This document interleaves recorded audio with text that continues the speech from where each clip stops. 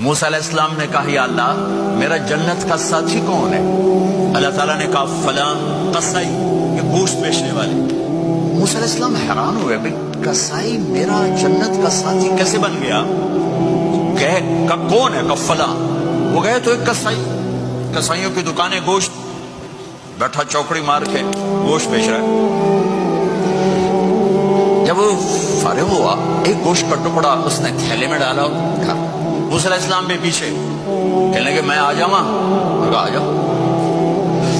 انہوں نے آ کے گوشت کی بوٹیاں بنا کر ہانڈی پہ چڑھایا، آٹا گوندنے بیٹھا، پھر اس کو نرم ہونے دیا، سالن تیار کیا، روٹی بنائی، تھالی میں پلیٹ میں سجا کر ایک بڑھیا ایسے لیٹی ہوئی، اس کو کہتا ماں جی ماں جی، اس کو اٹھایا، نوالے بنا کے کھلاتا رہا۔ موسیٰ کہ ہوں میری بس، اس نے منہ صاف کیا، اس کو لٹایا، وہ کچھ بولی، کچھ بڑائی۔ موسیٰ علیہ السلام دور کھڑے تھے، کہنے لگے بھائی کون ہے یہ؟ کہ میری ماں ہے۔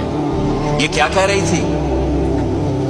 وہ کہنے لگا جی ماں جو ہوئی کی دساں، جدوں دی خدمت کرنا شروع ہو جاندی تینوں اللہ جنت وچ موسیٰ دا ساتھی بناوے۔ کتھے موسیٰ تے کتھے قصائی؟ ارے پنجابی سمجھ میں آتی ہے؟ ترجمہ کروں؟ اچھا۔ موسیٰ علیہ السلام سے کہنے لگا یہ میری ماں ہے، جب بھی اس کی خدمت کرتا ہوں تو یہ شروع ہو جاتی ہے اللہ تجھے جنت میں موسیٰ ساتھی بنائے۔